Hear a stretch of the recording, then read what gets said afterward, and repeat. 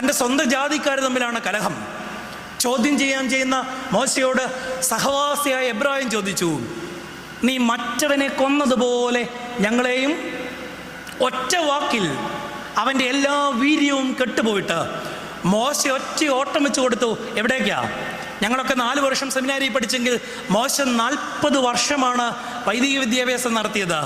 ഇത്രോവിൻ്റെ ആടുകളെ മേയിച്ചുകൊണ്ട് മോശ നടന്നു. അവിടെയാണ് 40 വർഷത്തിനിപ്പുറം പുറപ്പാട് പുസ്തകം 3-ാം അധ്യായത്തിൽ പറയുന്നു, മോശ ദൈവത്തിൻ്റെ പർവ്വതമായ ഹോറേബോളം ആടുകളെ മേയിച്ചുകൊണ്ട് ചെന്നു.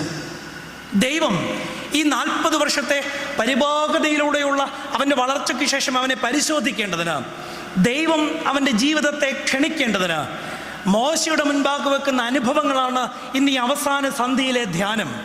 അവിടെ വായിക്കുന്ന ഇങ്ങനെയാണ്, ഒരു മുൾപടർപ്പ് കത്തുന്ന